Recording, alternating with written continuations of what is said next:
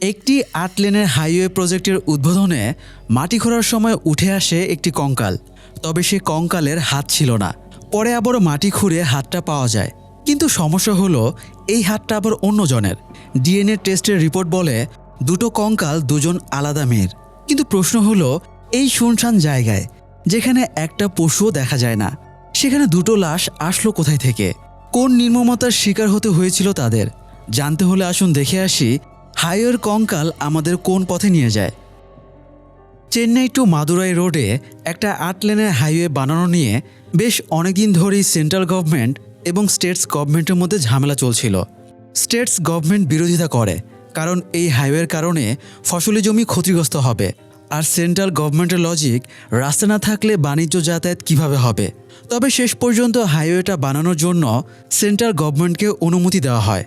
Central minister মান সিং নিজে যায় হাইওয়ে প্রজেক্ট উদ্বোধন করতে। মন্ত্রীর আগমনে মিডিয়া থেকে আম পাবলিক উপস্থিতিতে কারোরই কমতি ছিল না। ধর্মমতো রিচুয়াল শেষ করে বুলডোজার দিয়ে ইট বসানোর জন্য মাটি কাটা শুরু হয়। তবে প্রথম চারেই মাটির সাথে উঠে আসে একটা ভঙ্গুর কঙ্কাল। মুহূর্তেই সবার আনন্দ বিস্ময় এবং আতঙ্কে বদলে যায়। সেই সাথে বদলে যায় নিউজের হেডলাইন। পুরো দেশ যখন এই খবরে বুঁদ, তখন এসআই মুসা রাজা গিয়েছে কোর্টে হাজিরা দিতে। মুসা দাড়ি রাখার অধিকার দাবি করে আদালতে রিট পিটিশন দায়ের করেছিল। সেটারই ট্রায়াল চলছে। তো আদালতে মুসার কেসটা উঠলে মুসাকে ডাকা হয়, কিন্তু কয়েকবার ডাকের পরেও মুসাকে পাওয়া যায় না। এদিকে জাজের লাঞ্চের সময় হয়ে গিয়েছিল, তাই সেও ধৈর্য ধরতে পারছিল না।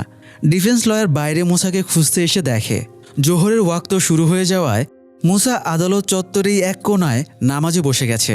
জাজ এটা শুনে বিরক্ত হয়ে নতুন হেয়ারিংয়ের ডেট দিয়ে উঠে চলে যায়। মুসাও থানায় ফিরে আসে এবং ডিউটি শেষ করে কোয়ার্টারে চলে যায়। মুসাকে প্রত্যন্ত পাদামবাথুর থানায় পানিশমেন্ট পোস্টিং দেওয়া হয়েছে। এখানে সুযোগ সুবিধা কম, আবার ফান্ডিংও ঠিকমতো দেওয়া হয় না। অনেক সময় অফিসিয়াল কাজেও মুসার পকেটের টাকা খরচ করা লাগে। এরপরেও সে ১ টাকাও ঘুষ খায় না। রাতে সে কোয়ার্টারে কনস্টেবলদের সাথে রান্না করছিল। এখানে সবাই ফ্রেন্ডলি, বিশেষ করে কনস্টেবল মোহন কুমার তো মুসার রান্নার প্রশংসায় পঞ্চমুখ। সে প্রশংসা করে বলে, স্যারের ওয়াইফ অনেক লাকি। মুসা আফসোস করে বলে, তাদের বিয়ের ৮ বছর হয়ে গেছে। ওপরওয়ালার কৃপায় এই প্রথমবার তার স্ত্রী কনসিভ করেছে। সে এখন ৩ মাসের প্রেগনেন্ট।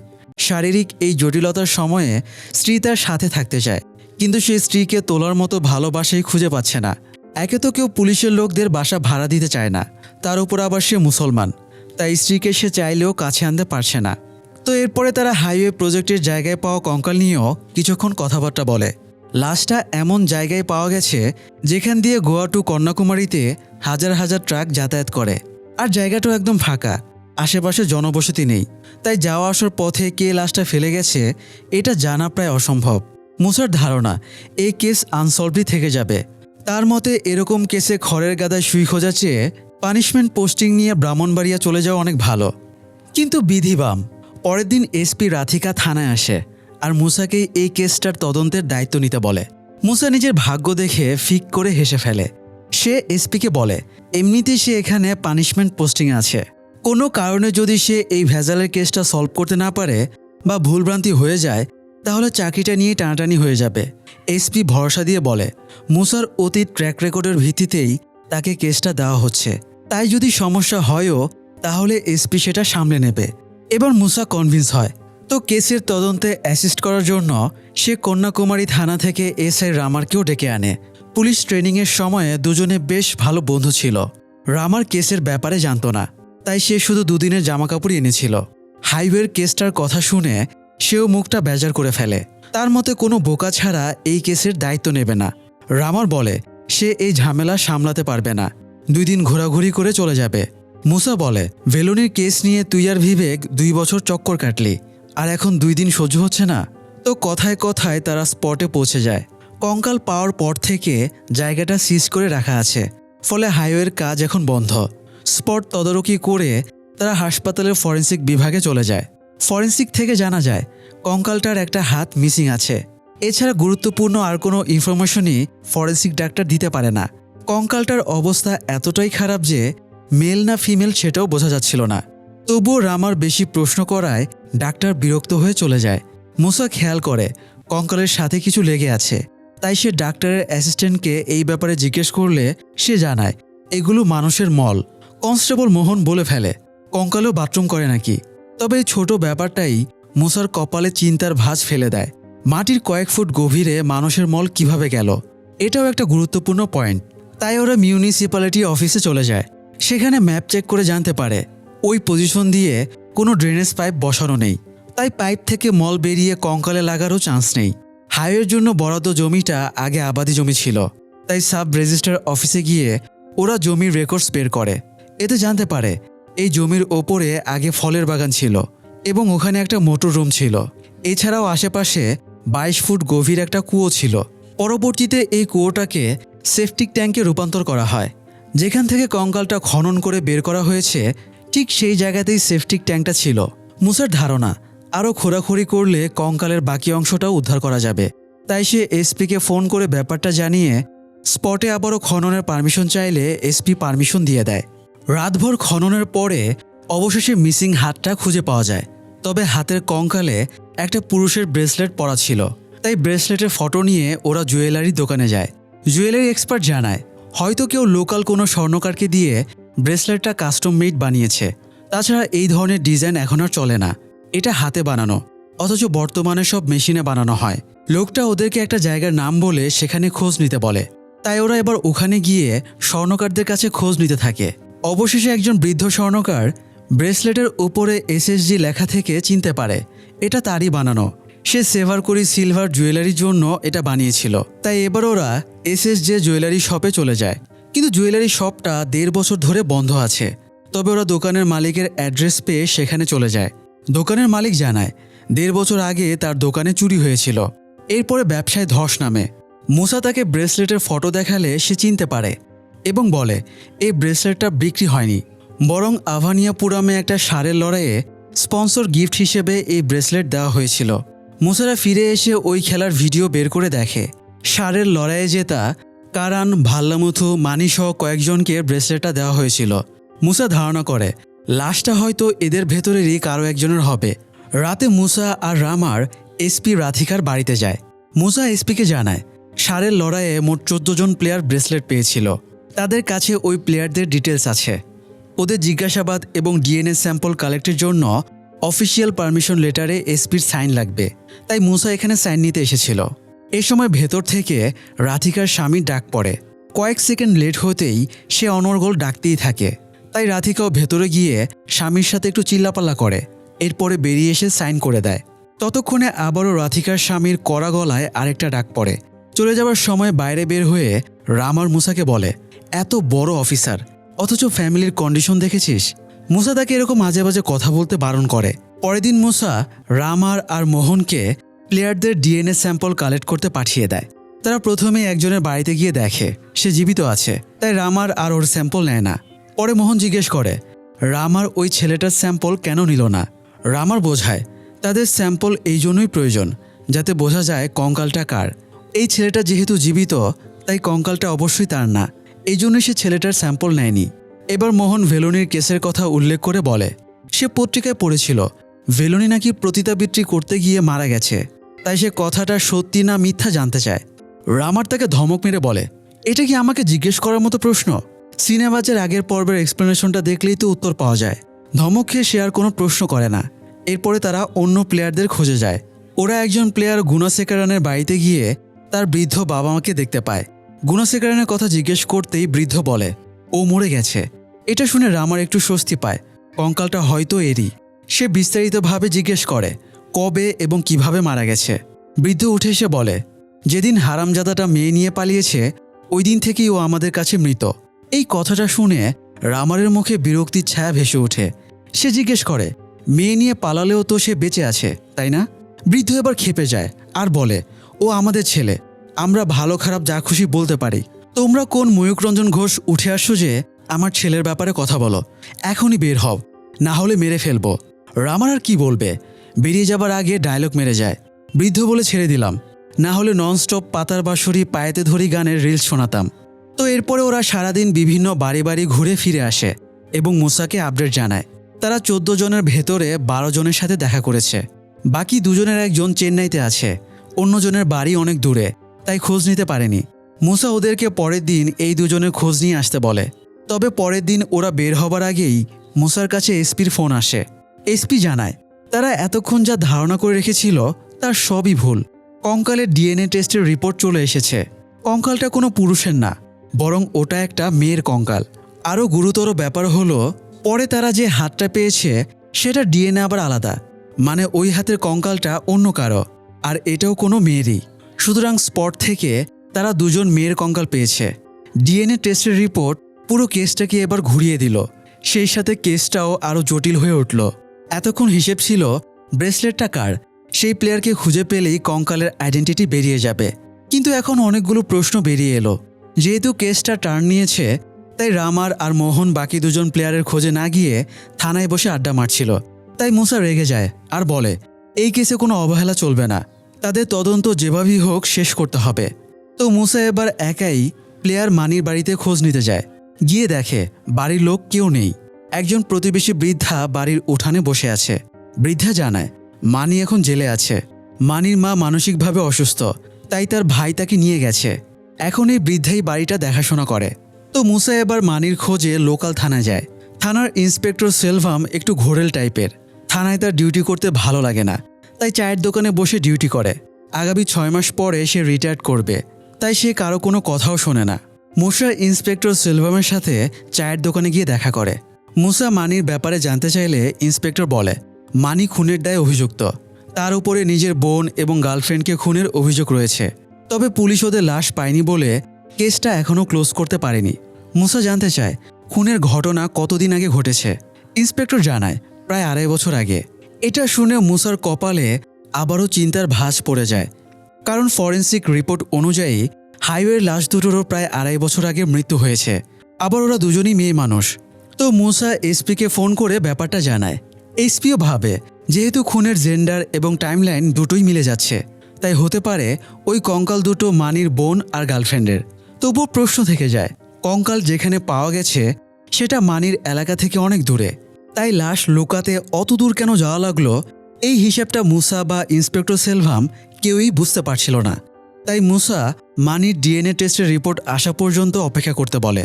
এদিকে মানিকে রাখা হয়েছে সেন্ট্রাল জেলে। তার কেসটা ঝুলে আছে প্রমাণের অভাবে। তবে মানির ব্যাপারে যতটা শোনা যাচ্ছে অতটা খারাপ ছেলে সে না। গ্রামে বন্ধু মহলে তার চলাফেরা। ষাঁড় লড়াইয়ে সেরা প্লেয়ারদের মধ্যে সে একজন। এই ষাঁড় লড়াই দেখেই নীলাবতী মানির প্রেমে পড়ে যায়। ভিডিও দেখে সে মানির ফোন নম্বরও কালেক্ট করে ফেলে। নীলাবতী প্রায়ই পরিচয় গোপন রেখে মানিকে ফোন করত। মানি একদিন ষাঁড় কিনতে গিয়ে একটা 10 দিন বয়সী গরুর বাছুর দেখতে পায়। বাছুরটার মা মারা গেছে। গরুর মালিকেরও সন্দেহ বাছুরটা বাঁচবে কিনা। মানির বাছুরটা দেখে এত মায়া হয় যে সে বাছুরটা নিয়ে বাড়ি চলে আসে এবং সেবা যত্ন শুরু করে যাতে বাছুরটাকে বাঁচানো যায়। এরই মধ্যে নীলাবতী তাকে ফোন করে এবং দুজনে দেখা করার সিদ্ধান্ত নেয়। পরের দিন নির্দিষ্ট জায়গায় মানি সেজেগুজে চলে যায়। নীলাবতী এসেছিল তার বান্ধবীদের সাথে।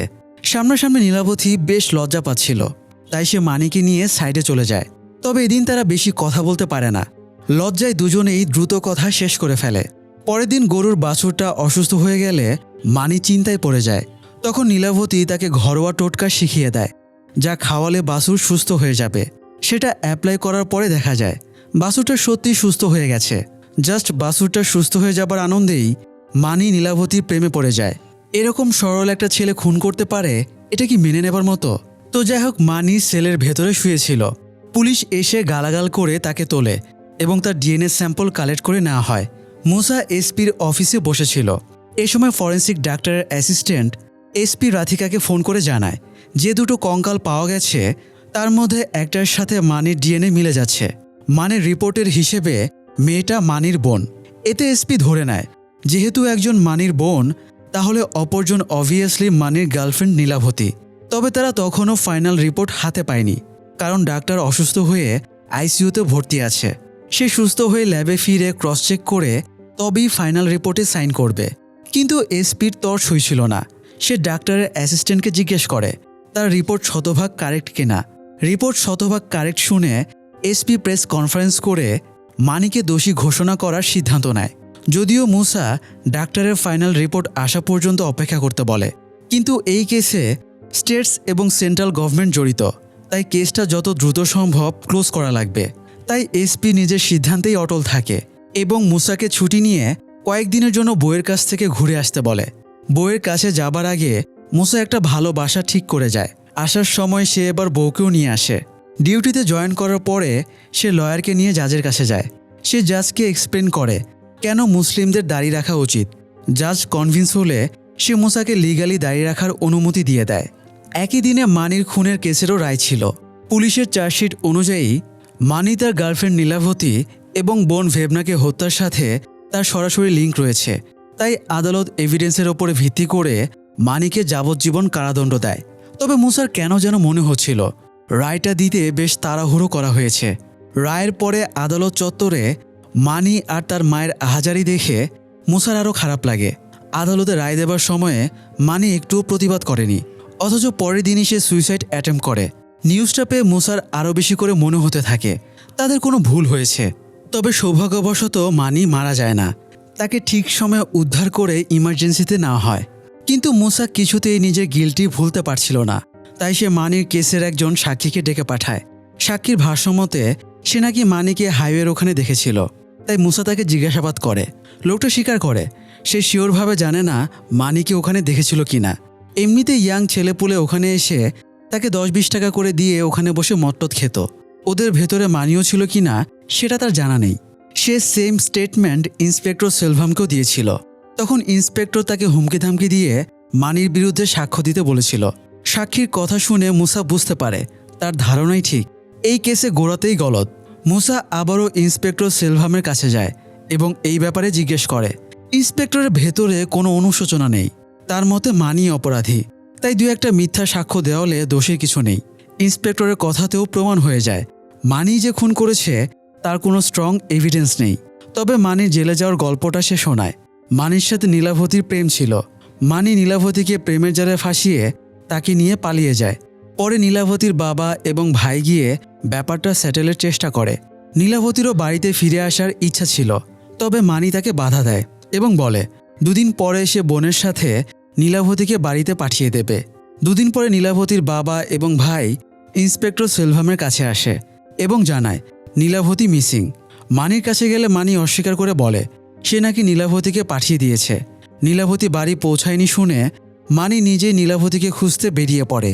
ততক্ষণে পুলিশ অবশ্য জানতে পারে বের হওয়ার আগে নাকি নীলাভতীর সাথে মানির প্রচণ্ড ঝগড়া হয়েছিল। তাই পুলিশের সন্দেহ মানি নীলাভতীকে খুঁজতে যাবার নামে তার লাশ গুম করতে গিয়েছিল। আর মানি যে অপরাধী এটার সবচেয়ে বড় প্রমাণ, সে কোর্টে একবারের জন্য নিজেকে নির্দোষ প্রমাণের চেষ্টা করেনি।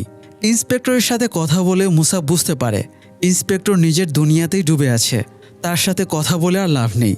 তবে এই কেসে যে অনেক লুপহোল আছে এটা স্পষ্ট।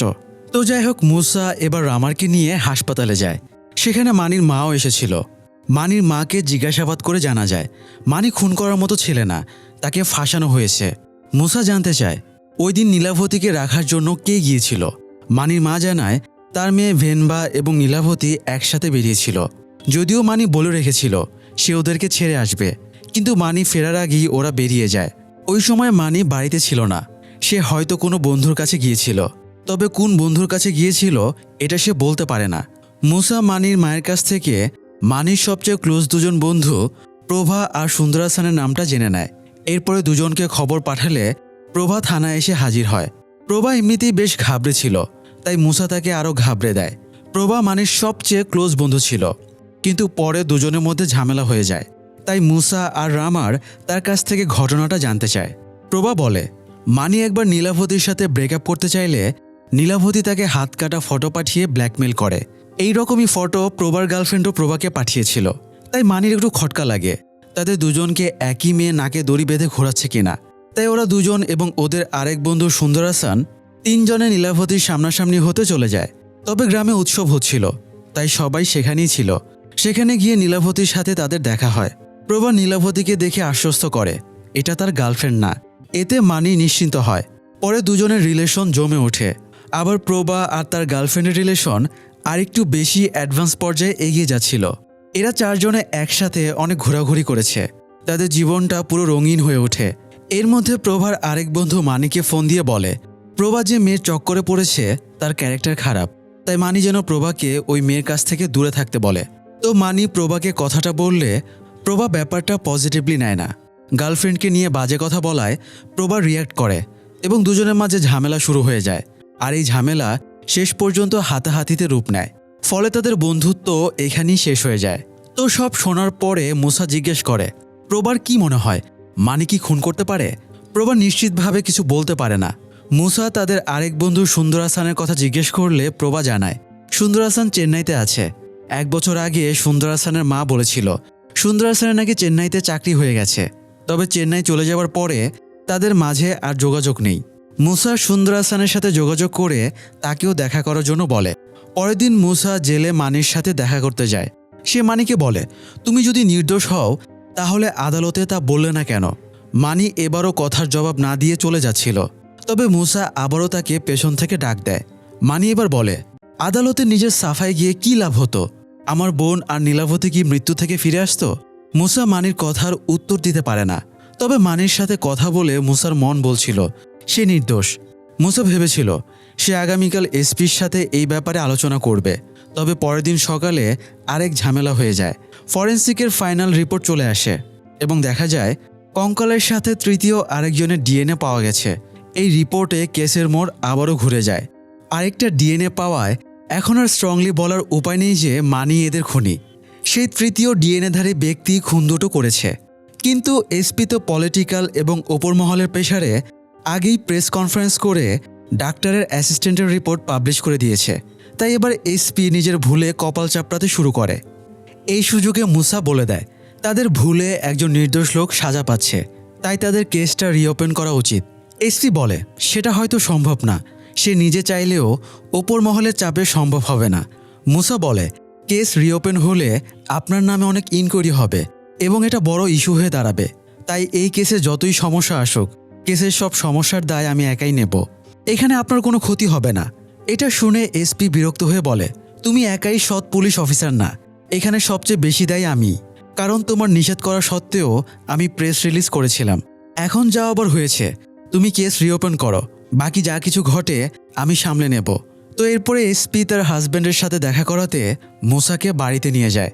এসপি রাধিকার স্বামী একজন অ্যাডভোকেট, নাম সুকুমারান।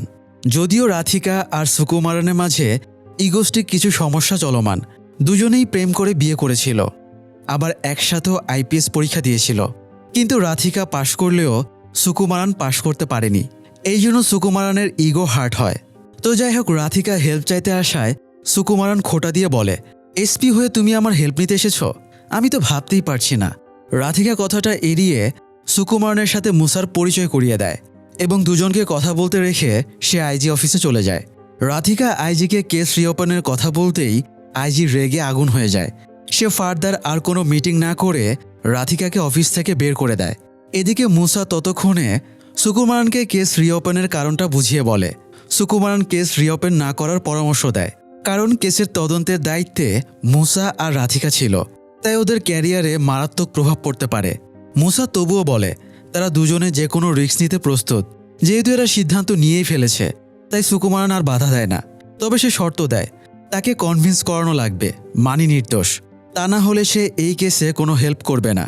মুসা শর্ত মেনে নিয়ে বেরিয়ে যাচ্ছিল, তখন রাধিকা ফিরে আসে। মুসা রাধিকাকে জানায় তাদের মধ্যে কি কথাবার্তা হয়েছে।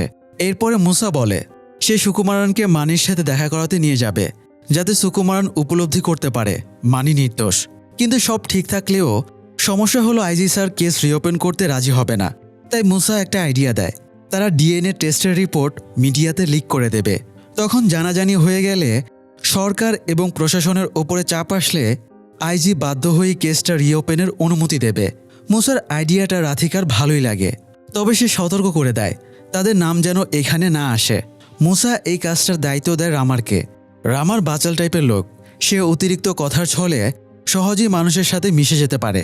তাই সে একজন ইনফ্লুয়েন্সারের সাথে দেখা করে আর তার বিগ ফ্যানের ভেগ ধরে তার সাথে চায়ের আড্ডায় বসে। এরপরে কৌশলে ডিএনএ টেস্টের রিপোর্টটা তাকে দিয়ে দেয়। অন্যদিকে মুসা সুকুমারানকে নিয়ে জেলে মানির কাছে যায়।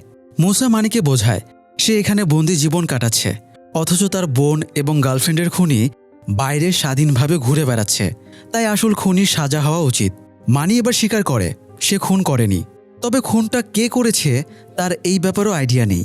মুসা জিজ্ঞেস করে, মানি কোর্টে কেন মুখ খুলে নেই?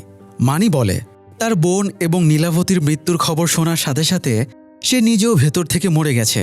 তার এখনও অনুশোচনা হয়, ওদেরকে একা ছাড়া উচিত হয়েছিল না, তার নিজেরও ওদের সাথে যাওয়া উচিত ছিল, তাহলে আর ওদেরকে মরতে হতো না।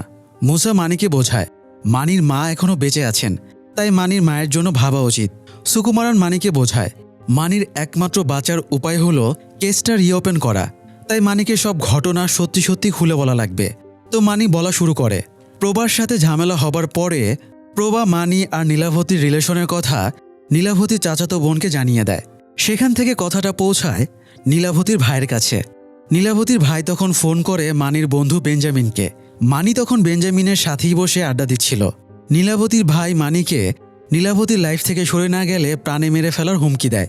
তবে মানি ব্যাপারটা আমলে নেয় না, কিন্তু এই কারণে নীলাবতীকে তার ভাইয়ের হাতে মার খেতে হয়, এমনকি সে মায়ের হাতেও মার খায়। এরপরে তার মোবাইল কেড়ে নিয়ে তাকে ঘরে বন্দি করে রাখা হয়। রাতে সবাই ঘুমিয়ে গেলে নীলাবতী কোনো রকমে বের হয়ে মোবাইল ম্যানেজ করে মানিকে ফোন করে এবং ঘটনা জানায়। নীলাবতী মানির সাথে পালিয়ে যেতে চাইছিল, তাই পরিস্থিতি বুঝে মানিও রাজি হয়ে যায়। আর সেই রাতে নীলাবতীকে বাড়ির সামনে থেকে উঠিয়ে নিজের বাড়িতে নিয়ে আসে। পরের দিন নীলাবতীর বাবা এবং ভাই লোকজন নিয়ে মানির বাড়িতে হাজির হয়। নীলাবতীর ভাই মারমুখী হলেও তার বাবা বেশ শান্ত ছিল। সে ভেতরে এসে মানির সাথে শান্তভাবে কথা বলে। তাদের মেয়ে যদি এভাবে পালিয়ে বিয়ে করে তাহলে সম্মানহানি হবে, তাই সে মানিকে রিকোয়েস্ট করে সে যেন নীলাবতীকে বাড়ি পাঠিয়ে দেয়। এরপরে সে নিজের মেয়ের বিয়ে মানির সাথে সামাজিক নিয়ম মেনেই দেবে। মানি লোকটাকে বিশ্বাস করতে পারছিল না, তাই নীলাবতীর বাবা বলে, তুমি আমার ব্যাপারে নীলাবতীর সাথে কথা বলো, তারপরে সিদ্ধান্ত নাও। মানি ভেতর ঘরে গিয়ে নীলাবতীর সাথে কথাটা শেয়ার করলে নীলাবতী জানায় বাড়িতে তার ভাই মারধর চিৎকার চেঁচামেচি করলেও বাবা কিছুই বলেনি। নীলাবতীর মতে তার বাবাকে বিশ্বাস করা যায়। মানির মাও একই কথা বলে। তাই মানি 2 দিন পরে নীলাবতীকে পাঠানোর সিদ্ধান্ত নেয়। তবে তার বোন ভেনবাকেও সাথে পাঠাতে চাইছিল, যাতে সে দেখে আসতে পারে নীলাবতীর বাবা সত্যি বলছে কিনা। তবে মানির ওদেরকে বাড়ি পর্যন্ত ছেড়ে আসার কথা ছিল, কিন্তু মানি জানে না কেন সে বাড়িতে আসার আগেই ওরা বেরিয়ে যায়। মুসা জিজ্ঞেস করে, মানি ওই সময় কি করছিল? মানি জানায় সে ক্যানালের ধারে তার 2 বন্ধু টিপু এবং সুন্দরাসনের সাথে গল্প করছিল। তো মানির সব কথা শোনার পরে সুকুমারান বলে, মানি কথা বলার সময় তার মনে হয়নি সে মিথ্যা বলছে, তার কথার ধরনেই বোঝা যাচ্ছে সে নিরপরাধ। তাই সুকুমারান কেসটার রিট্রায়ালের জন্য আপিল করতে রাজি হয়ে যায়। তবে তার আগে সে কেসটা নিয়ে আরেকটা স্টাডি করবে বলে জানায়। এদিকে মিডিয়ায় ডিএনএ টেস্টের রিপোর্ট লিক হয়ে যাবার পরে মিনিস্টার আইজিকে কেসটা রিওপেনের জন্য সুপারিশ করে। ফলে আইজি ও এসপি রাধিকাকে কেস রিওপেনের ফাইলটা তুলে দেয়। তবে আইজি থ্রেটের স্বরে বলে রাখে, মিডিয়ায় কে নিউজটা লিক করলো সে এই ব্যাপারে তদন্তের নির্দেশ দিয়েছে, কালপিট কে জানতে পারলেই তার খবর আছে। এসপি অবশ্য একটু না ঘাবড়ে বেশ কনফিডেন্সের সাথে আইজির অফিস থেকে বেরিয়ে আসে এবং মুসাকে ফাইলটা তুলে দেয়। সে মুসাকে বলে, তোমার কথার ওপরে বিশ্বাস করে আমি আইজির সাথে ঝামেলা করেছি, তাই কেসটা ভালোভাবে সামলিও। তো এবার অফিসিয়ালি তদন্ত শুরু হয়। কঙ্কালের সাথে তৃতীয় কার ডিএনএ পাওয়া গেছে, এবার সেটা খোঁজার চেষ্টা করা হয়। এই জন্য তারা মানির বন্ধুদের সাসপেক্ট লিস্ট বানিয়ে তাদের ডিএনএ স্যাম্পল কালেক্ট শুরু করে। কিন্তু মানির বন্ধু সুন্দরাসানের এখনও কোনো খবর নেই। তাই প্রবার কাছে ডিরেকশন নিয়ে মুসা এবং মোহন সুন্দরাসানের বাড়িতে যায়। সুন্দরাসানের মা জানায় সুন্দরাসান চেন্নাইতে আছে, তাই ওরা সুন্দরাসানকে খবর দিয়ে আনতে বলে এবং থানায় ডিএনএ স্যাম্পল দিয়ে যেতে বলে। মোহন সুন্দরাসানের মায়ের ফোন নম্বরটা নিয়ে রাখে, কিন্তু পরের দিন সুন্দরাসান বা তার মা কারোরই দেখা পাওয়া যায় না। সুন্দরাসানের মায়ের ফোনে বারবার কল করেও পাওয়া যায় না। তাই মুসা নিজেই সুন্দরাসানের বাড়িতে খোঁজ নিতে গিয়ে দেখে বাড়ির গেটে তালা ঝুলছে। এক প্রতিবেশীর কাছে জানা যায় ওরা নাকি চলে গেছে। ব্যাপারটা মুসার কাছে সন্দেহজনক লাগে, তাই সে বাস স্ট্যান্ডের সিসিটিভি ফুটেজ চেক করে এবং সুন্দরাসান আর তার মা দুজনকেই দেখতে পায়। তাই ওদেরকে দীর্ঘক্ষণ ট্র্যাক করার পরে অবশেষে ধরা যায়। থানায় আনার পরে সুন্দরাসানের মা কান্নাকাটি করে বলে, যা করার সেই করেছে, তাই তার ছেলেকে যেন কিছু না করা হয়। রামার সুন্দরাসানের ওপরে খুনের অভিযোগ করলে মহিলা বলে, খুনের সাথে সুন্দরাসানের কোনো যোগসূত্র নেই। আসল ঘটনা হলো সুন্দরাসান মানির বোন ভেনবাকে অনেক পছন্দ করত। ভেনবার মিসিংয়ের পর থেকেই সে মানসিক ভারসাম্য হারিয়ে ফেলেছে। অনেকদিন চেন্নাইতে চিকিৎসার পরে সে আস্তে আস্তে রিকভারি করছে। তাই মহিলার ভয় ছিল আবারও যদি পুরনো ঘটনা নিয়ে ঘাটাঘাটি করা হয় তাহলে সুন্দর হাসান আবারও অসুস্থ হয়ে যাবে। এই ভয়ে সে ছেলেকে নিয়ে পালিয়ে যেতে চাইছিল। তবে সব শোনার পরে মুসা আর ঝামেলা করে না। তবে সে সুন্দর হাসানের ডিএনএ স্যাম্পল কালেক্ট করে নিতে বলে। এখন পরিস্থিতি যা, তাতে আর কাউকে অবহেলা করার সুযোগ নেই। কিন্তু সমস্যা হলো সন্দেহভাজন সবারই ডিএনএ রিপোর্ট নেগেটিভ আসে। সন্দেহ থেকে তারা নীলাবতীর ভাই নীলাগন্ধনের ডিএনএও টেস্ট করে, কিন্তু সেটাতেও নেগেটিভই দেখায়। সুকুমারান মুসাকে বলে, মুসা আসল খুনিকে ধরতে পারুক বা না পারুক, অন্তত তাকে সেসব এভিডেন্স প্রোভাইড করা লাগবে যেগুলো দিয়ে মানিকে নির্দোষ প্রমাণ করা যাবে। পরের দিন নীলাবতীর বাবা থানায় এসে মুসার সাথে দেখা করে। সে মুসাকে বলে, এই কেসটা রিওপেন হওয়ায় তাদের সম্মানহানি হচ্ছে। প্রতিদিনই মিডিয়া তাদেরকে নিয়ে কিছু না কিছু লিখছে। তার ছেলে ডিএনএ স্যাম্পল দিতে চাইছিল না, তবুও সে ছেলেকে জোর করে পাঠিয়েছিল, কিন্তু শেষে তো নেগেটিভই আসলো। তাই লোকটা মুসাকে রিকোয়েস্ট করে বলে, আপনাদের ইনভেস্টিগেশন বন্ধ করার ক্ষমতা আমার নেই, তবে দয়া করে দ্রুত কেসটা সমাধান করেন, না হলে প্রতিদিন মিডিয়ার এসব গুজব আমাদের সমস্যা তৈরি করছে। লোকটা চলে গেলে মুসা একটু অবাক হয়। নীলাগন্ধনের ডিএনএ টেস্টের রিপোর্ট নেগেটিভ এসেছে, এটা এই লোকটার জানার কথা না, তবুও সে কীভাবে জানলো? যাই হোক, এদিকে একটা লোক চায়ের দোকানে চা খেতে গিয়েছিল। দোকানের সামনে একটা কুকুর শুয়েছিল, তাই সে চায়ের সাথে একটা বিস্কুটও কেনে। তবে বিস্কুটটা কুকুরের মুখে না দিয়ে রাস্তার ওপাশে গড়িয়ে দেয়। এতে বিস্কুটটা ছোট একটা গর্তের মতো জায়গায় পড়ে। বিস্কুটের জন্য কুকুরটা ওখানে ছুটে যায় এবং ফিরে আসে একটা কাটা হাত মুখে নিয়ে। পরে কাটা হাতে সূত্র ধরে সেখান থেকে প্রায় 50 ফুট দূরে ক্যানেলের ভেতরে একটা মেয়ের ডেড বডি উদ্ধার হয়। খবরটা প্রথমে যায় কন্যাকুমারী থানার এসআই বিবেকের কাছে। বিবেক মুসার থানার মানির কেসের ব্যাপারে জানত, তাই সে রামারকে ফোন করে মুসাকে তিরুনেলভেলিতে যেতে বলে। ওখানে এই কেসটা হয়তো হাইওয়ে কেসের সাথে রিলেটেড। তাই রামারের কাছে ইনফরমেশনটা পাওয়া মাত্রই মুসা তিরুনেলভেলিতে চলে যায়, কারণ বিবেক কোনো আলতু ফালতু অফিসার না। সে যেহেতু সাজেস্ট করেছে, তার মানে ব্যাপার কিছু একটা আছেই। তো মুসা লোকাল থানায় গিয়ে এই কেসের বিস্তারিত জানতে পারে। মর্গে গিয়ে লাশটাও দেখে আসে। লাশটা অন্তত 2 সপ্তাহের পুরনো। মুখটাকে ভারী পাথর দিয়ে থেতলে দেওয়া হয়েছে। তবে লাশ উদ্ধারের জায়গাতে তারা রক্তমাখা কোনো পাথর খুঁজে পায়নি। লোকাল অফিসার জানায়, লাশটা উদ্ধারের সময়ে লাশের পোশাক এলোমেলো ছিল। যদিও ফার্দার ইনফরমেশনের জন্য তাদের ফরেন্সিক রিপোর্ট রেডি হওয়া পর্যন্ত অপেক্ষা করতে হবে। মুসা লাশ পাওয়ার জায়গাটা পরিদর্শনে যায়। মুসা বলে, মেয়েটার মুখের যা অবস্থা, তাতে অন্তত 20 থেকে 30 কেজি পাথর দিয়ে তাকে আঘাত করা হয়েছে। এত ভারী পাথর তো কেউ টেনে নিয়ে যেতে পারবে না, তাই হয়তো পাথরটা এখানেই কোথাও আছে। তাই মুসা আবারও খোঁজার জন্য বলে, আর এবার ঘাসের ভেতরে সত্যি রক্তমাখা পাথরটা পাওয়া যায়। মুসা লাশের খুলির এক্স-রে এবং নীলাবতীর খুলির ফটো নিয়ে এসপি রাধিকার কাছে আসে। সে দুটো মিলিয়ে দেখায়, দুজনের মাথাতেই সেম ক্র্যাক রয়েছে, অর্থাৎ একইভাবে এদেরকে মারা হয়েছে। এছাড়া দুজনেরই প্যাটার্ন সেম, এক হাত কেটে দেওয়া হয়েছে। আবার লাশ গুম করার জন্য একইভাবে ড্রেনেজে ফেলা হয়েছে। তাই মুসার সন্দেহ দুটো খুনের মাঝে কানেকশন আছে। সে রিকোয়েস্ট করছিল, যদি নতুন লাশের মার্ডার ওয়েপন পাথরটার ডিএনএর এভিডেন্সের সাথে আমাদের কাছে থাকা ডিএনএ ম্যাচ করা যেত, তাহলে হয়তো কোনো ক্লু পাওয়া যেত। হতেও তো পারে উভয় কেসই খুনি একই ব্যক্তি। কিন্তু রাধিকা আর সুকুমারন দুজনেই বলে, ওই লাশটা তাদের এই থানার আন্ডারে না। তাছাড়া দুটো কেস আলাদা ধরনের হওয়ায় কোর্টও ওই লাশের ডিএনএ টেস্ট করার অনুমতি দেবে না। তবুও মুসার রিকোয়েস্ট করে, যদি দুটো কেসে কোনো রকমের লিঙ্ক পাওয়া যায় তাহলে কেসটা সহজেই সলভ হয়ে যাবে। রাধিকারও এবার সেটাই মনে হয়, তাই সে ব্যবস্থা করবে বলে জানায়। নতুন লাশটা কার এখনও সেটা জানা যায়নি। তবে তাদের জন্য সুখবর হলো, লাশের হাতে একটা মেটাল প্লেট লাগানো আছে। হয়তো কখনো তার হাড় ভেঙে গিয়েছিল, তাই অপারেশন করে প্লেটটা লাগানো হয়েছিল। তাই এবার মুসা সেই প্লেটের সিরিয়াল নম্বর ধরে খোঁজ নেবার চেষ্টা করে। এতে জানা যায় প্লেটটা দেবকী নামের একজনের। সে একটা ছোট হাসপাতালে নার্সের চাকরি করত আর স্কুটারে করে নিজেই যাতায়াত করত। লোকমুখে দেবকীর নামে নানান কথাও শোনা যায়। কেউ কেউ বলে তার নাকি কারোর সাথে রিলেশন ছিল। এদিকে সুকুমারন কোর্টে ডিএনএ টেস্টের জন্য আবেদন করে, কিন্তু তা খারিজ করে দেওয়া হয়। তাই সে জাজের সাথে পার্সোনালি দেখা করে। তবুও জাজ কড়াভাবে বলে, এই কেসে কোনো সাসপেক্ট নেই, তাই নিয়ম অনুযায়ী জাজ পারমিশন দিতে পারবে না। মুসা কথাটা শুনে বেশ আশাহত হয়। এখন পর্যন্ত তারা মানির কেসে 600 ঘন্টারও বেশি সার্ভিলেন্স ফুটেজ চেক করেছে, 60 জনকে জিজ্ঞাসাবাদ করেছে, তবুও কোনো লিড পায়নি। তাই দেবকীর লাশের ডিএনএ টেস্ট করতে পারলে হয়তো কোনো লিড পাওয়া যেত। মুসার কথায় সুকুমারান আরেকবার চেষ্টা করতেই ডিএনএ টেস্টের পারমিশন বের করে আনে।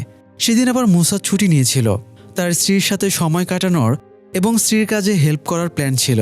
কিন্তু এসপি ফোন করে তাকে 10টার ভেতরে কোর্টে যেতে বলে এবং সুকুমারানের কাছ থেকে অর্ডার লেটার নিয়ে চেন্নাইতে চলে যেতে বলে, আর নিজে দাঁড়িয়ে থেকে ডিএনএ রিপোর্ট কালেক্ট করতে বলে। শুধুমাত্র মুসার কনফিডেন্সের ওপরে ভিত্তি করে সুকুমারান পারমিশন বের করে এনেছে। বাই চান্স যদি রিপোর্টে কোনো মিল না পাওয়া যায় তাহলে দুজনের জন্যই সমস্যা হবে। তো মুসা রামারকে নিয়ে চেন্নাইতে ল্যাবে চলে যায়। দীর্ঘক্ষণ ধরে ফরেন্সিক ডাক্তার পাথরটার স্যাম্পলের টেস্ট করে। এরপর এসে জানায় পাথর থেকে ডিএনএ পাওয়া গেছে। এখন তারা মানির কেসের তৃতীয় ব্যক্তির সাথে ডিএনএ মিলিয়ে দেখবে।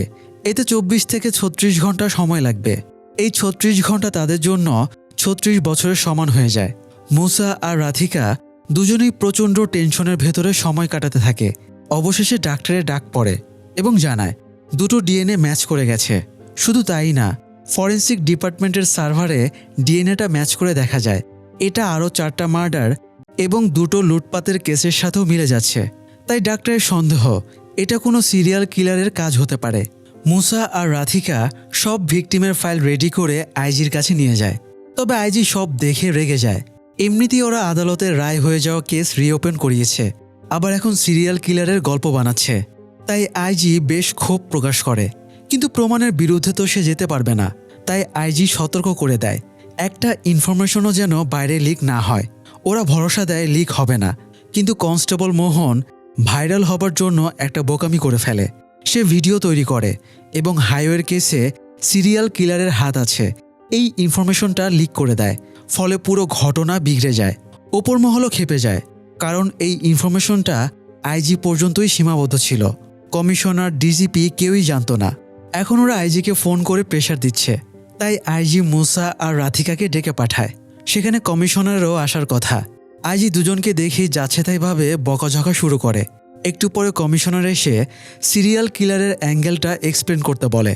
মুসা কেসের শুরু থেকে বলা শুরু করে নীলাবতী এবং ভেনবার ডিএনএর সাথে আরেকটা ডিএনএ পাওয়া গিয়েছিল। সেই ডিএনএ আরেকটা লাশের সাথেও মিলে গেছে। ইভেন অতীতেও 6টা ঘটনার সাথে সেম ডিএনএ জড়িত। তাই তাদের মনে হয়েছে এটা সিরিয়াল কিলারের কাজ।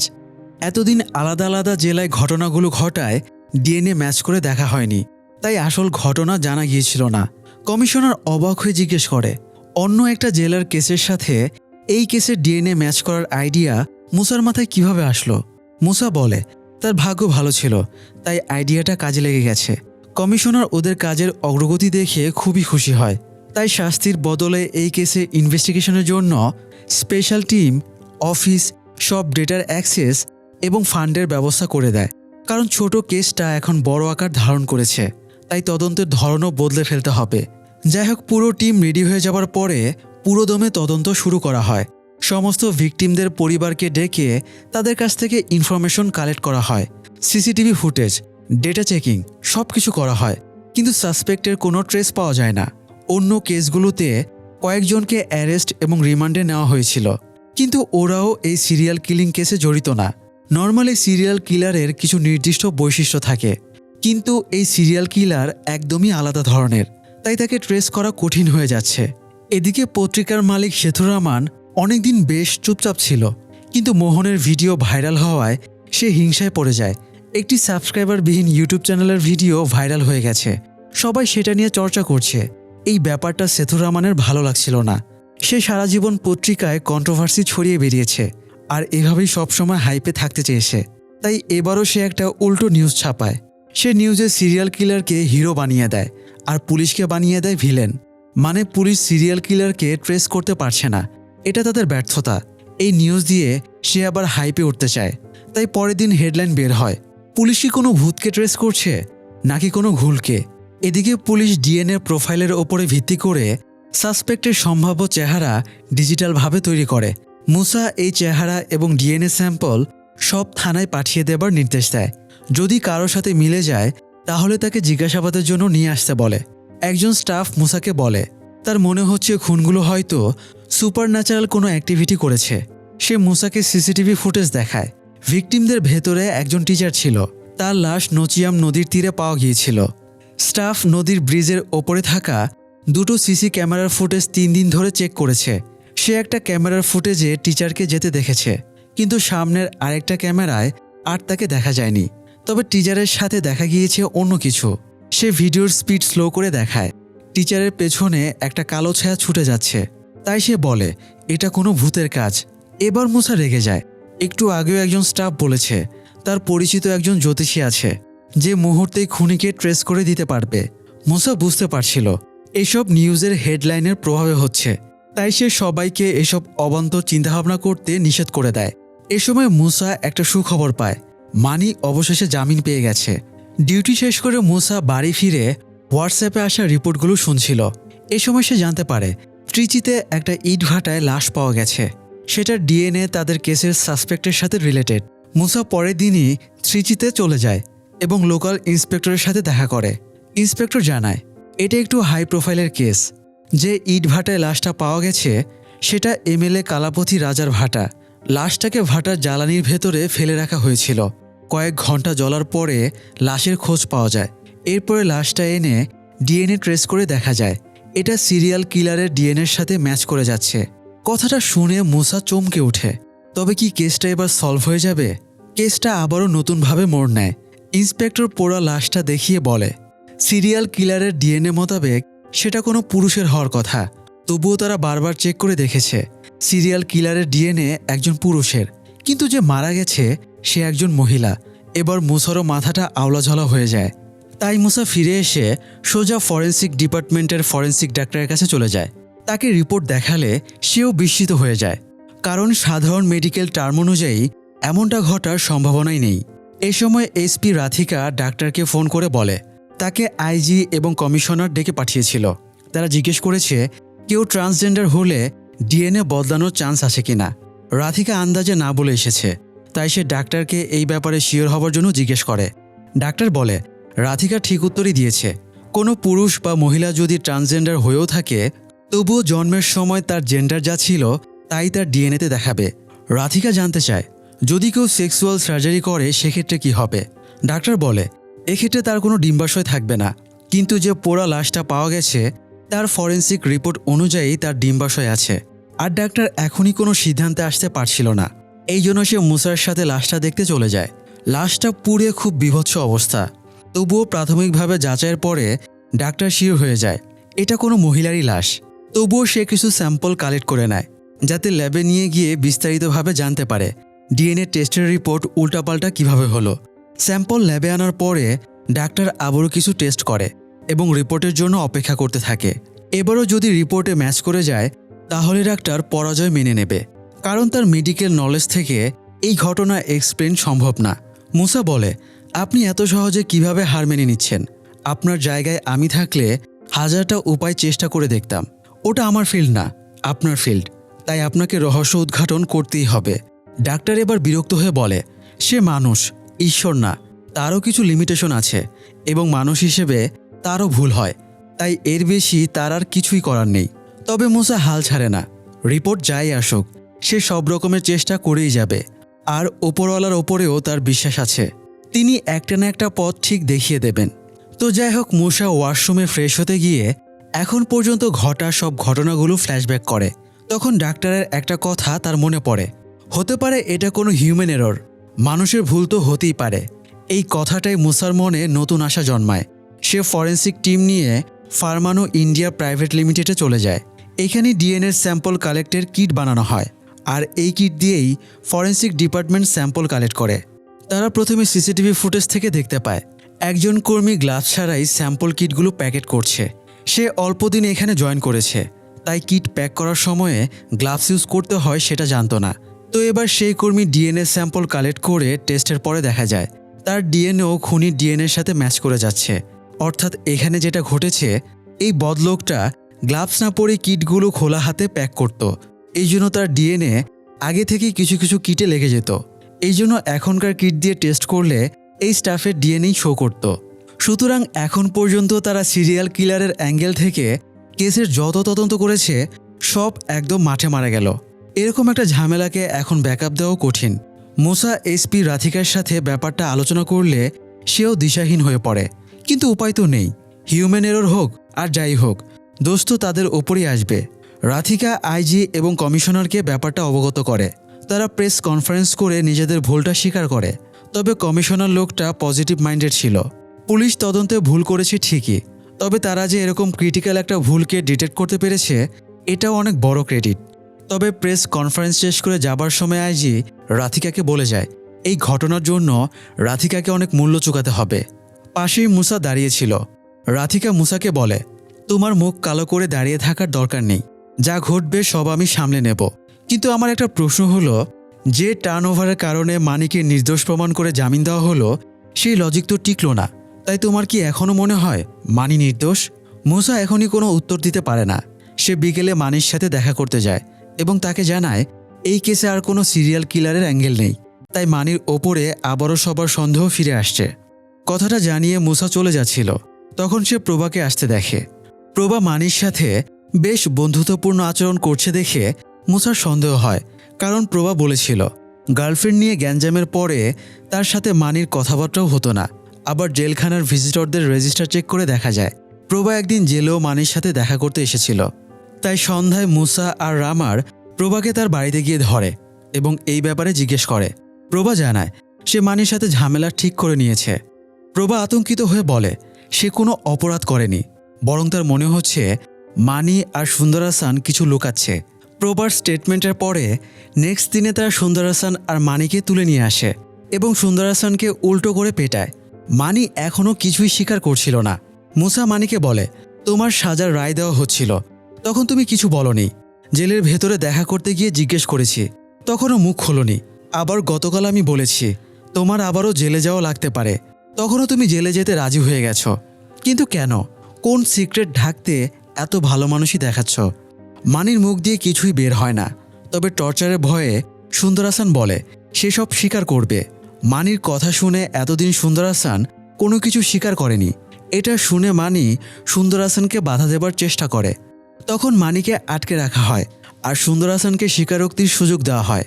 সুন্দর হাসান বলে সে মানির বোন ভেনবাকে খুব পছন্দ করত, তাই সবসময় ভেনবার পেছনে ঘুরঘুর করত। ভেনবা সবসময় তার বান্ধবী পূর্ণির সাথেই চলাফেরা করত। তবুও সুন্দর হাসানকে দেখলেই সে ভয়ে জড়সড় হয়ে যেত। সুন্দর হাসান রোজ কয়েকবার করে মানির বাড়ির সামনে চক্কর দিয়ে যেত, কিন্তু সে সাইকেলে বেল বাজালেই ভেনবা জানালা আটকে দিত। তবে একদিন সুন্দর হাসান দেখে ভেনবা জানালা আটকায়নি, তাই সে এটাকে পজিটিভ সাইন ধরে নেয়। সে ভেনবার জানালার কাছে গিয়ে একদম হতভম্ব হয়ে যায়। এরকম একটা দৃশ্য সে দুঃস্বপ্নেও কখনো কল্পনা করতে পারেনি। ভেতরে পূর্ণি আর ভেনবা ঘনিষ্ঠ অবস্থায় ছিল। এই দৃশ্য দেখে সুন্দর হাসান ঘেন্নায় ক্ষোভে সেখান থেকে চলে আসে। তবে তার উপস্থিতি ওরা জেনে যায়। ভেনবা আতঙ্কিত হয়ে পড়ে। যদি সুন্দর হাসান মানিকে সব বলে দেয় তাহলে মানি তাকে মেরেই ফেলবে। পূর্ণি ভরসা দেয় সে ভেনবার কোনো ক্ষতি হতে দেবে না। রাতে দুজনে প্ল্যান করে লোক জানাজানি হবার আগেই দুজনে আগামীকাল পালিয়ে যাবে। এই সমাজ সমকামিতাকে নিকৃষ্ট অপরাধ হিসেবে দেখে, তাই ওদের এই সম্পর্ক কেউই মেনে নেবে না। ভেনবা পালানোর জন্য ব্যাগ ট্যাগ সব ঠিক করেই রাখে, কিন্তু ঝামেলা বাঁধে সেদিন রাতেই মানি নীলাভতীকে উঠিয়ে নিয়ে আসে। এতে ভেনবার জন্য পালানো কঠিন হয়ে যায়। তবুও পরের দিন সকালেই সে ব্যাগ নিয়ে ধীরে ধীরে বাড়ি থেকে বের হচ্ছিল। সে চৌকাঠে পা রাখতেই বাড়িতে নীলাভতীর বাবা এবং ভাই লোকজন নিয়ে হাজির হয়ে যায়। ফলে ভেনবার পালানোর সুযোগ হাতছাড়া হয়ে যায়। সে কান্না চাপিয়ে কোনো রকমে নিজেকে নিয়ন্ত্রণ করে। তার বিপদ বেড়ে যায় যখন মানি নীলাভতীর বাবার সাথে সমঝোতা করে এবং বলে 2 দিন পরে সে নীলাভতীকে পাঠিয়ে দেবে, তবে নীলাভতীর সাথে ভেনবাকেও পাঠাবে। তবুও বিকেলে সুযোগ পেয়ে ভেনবার নির্ধারিত জায়গায় চলে যায়, কিন্তু সেখানে পূর্ণি ছিল না। তাই সে আপসেট হয়ে বাড়িতে চলে আসে। এমনকি সে হাতের শিরা কেটে সুইসাইডেরও চেষ্টা করে। তবে এ সময় তার কাছে নীলাভতী চলে আসে। পূর্ণি নীলাভতীকে এড়িয়ে চলার চেষ্টা করছিল, তাই নীলাভতী ভাবছিল তাকে হয়তো কেউ এই বাড়ির মেনে নিতে পারছে না, তাই তাকে সবাই এড়িয়ে চলছে। তবে সে চলে যাবার আগে খেয়াল করে ভেনবার হাতে রক্ত লেগে আছে। নীলাভতী মানিকে ডাকতে চাইলে ভেনবা তাকে আটকায় এবং নিষেধ করে। নীলাভতী বুঝতে পারে ভেনবা কোনো প্রেমের চক্করে ফেসে আছে। হয়তো কারোর সাথে পালানোর প্ল্যান ছিল, কিন্তু প্রেমিক ধোঁকা দিয়েছে। তাই সে ভেনবাকে সব শেয়ার করার জন্য বোঝাতে থাকে। অবশেষে ভেনবা মনের কথা কারোর সাথে শেয়ারের সুযোগ পেয়ে নীলাভতীকে ঘটনাটা জানিয়ে দেয়। ভেনবার কোনো মেয়ের সাথে রিলেশন। এটা শুনে নীলাভতী বেশ অবাক হয়। তবে পরিস্থিতি বিবেচনায় সে আপাতত ব্যাপারটা হজম করে নেয়। ভেনবার চিন্তা হচ্ছিল সে সঠিক সময়ে নির্ধারিত জায়গায় পৌঁছাতে পারেনি, তাই পূর্ণি হয়তো ভেবেছে ভেনবা তাকে ধোঁকা দিয়েছে। দুদিন ধরে পূর্ণির কোনো খবর নেই, তাই ভেনবার চিন্তা হচ্ছিল পূর্ণি উল্টাপাল্টা কিছু করে ফেলেছে কিনা। নীলাবতী ভেনবাকে শান্ত হতে বলে ভরসা দেয় সে সব সামলে নেবে, কিন্তু তার সান্ত্বনায় ভেনবা আশ্বস্ত হতে পারে না, কারণ সে এমন কাণ্ড ঘটিয়েছে যেটা সমস্ত দূরের কথা নিজের ভাইও মেনে নেবে না, তাই তার এখন মরে যাওয়াই ভালো। তবুও নীলাবতী তাকে বোঝানোর চেষ্টা করে তারা অন্তত এখন পূর্ণির খোঁজখবর নেওয়ার চেষ্টা করবে।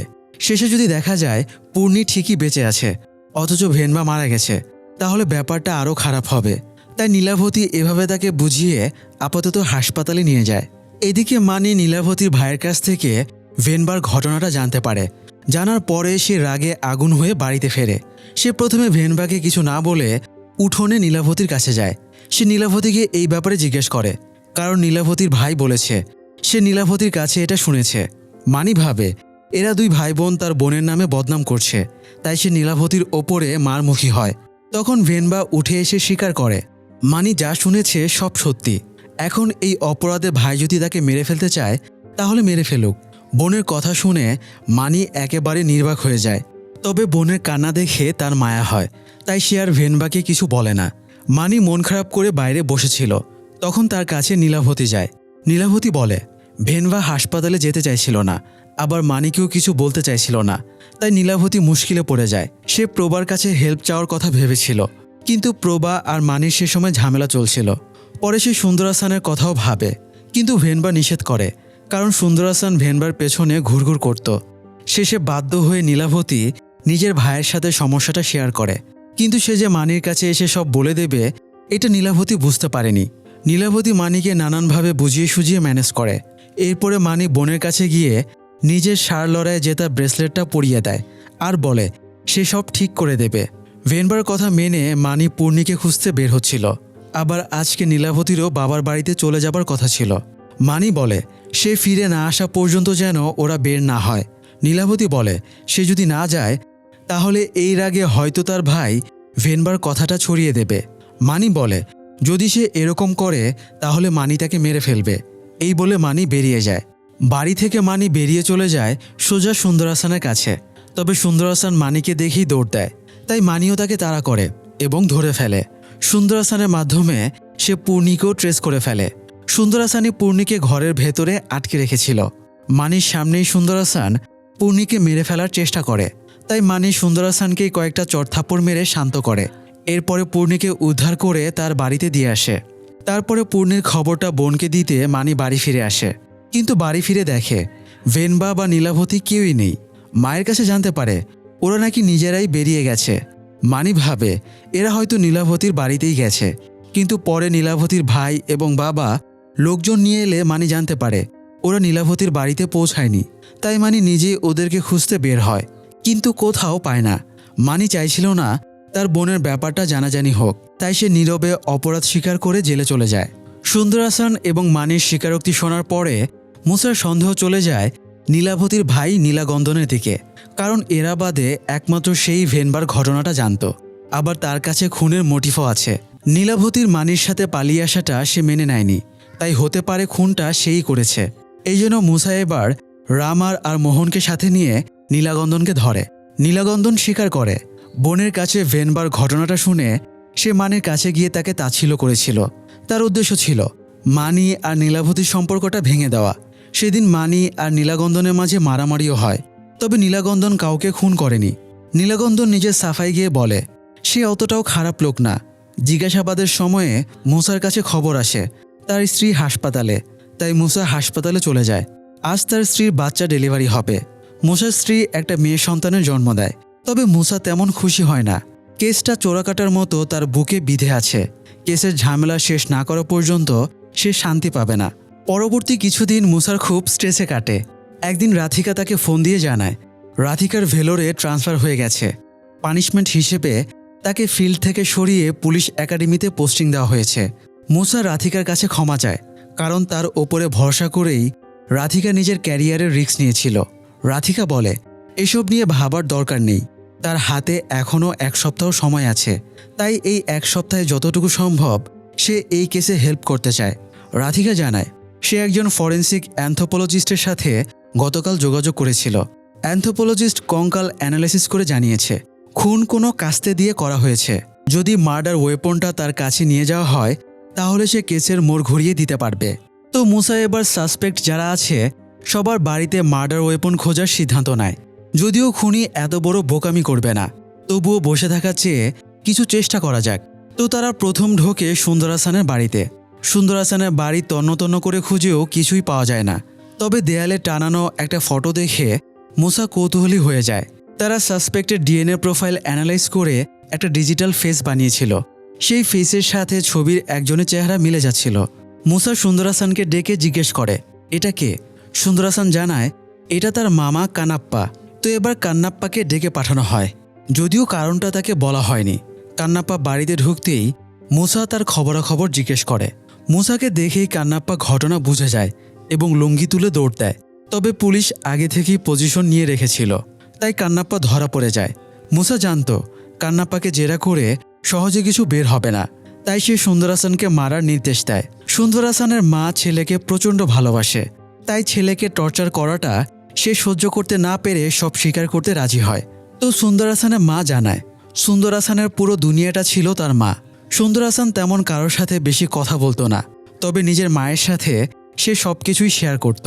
একদিন সুন্দর হাসানের দুনিয়ায় আরেকজনের আবির্ভাব হয়, সে হলো ভেনবা।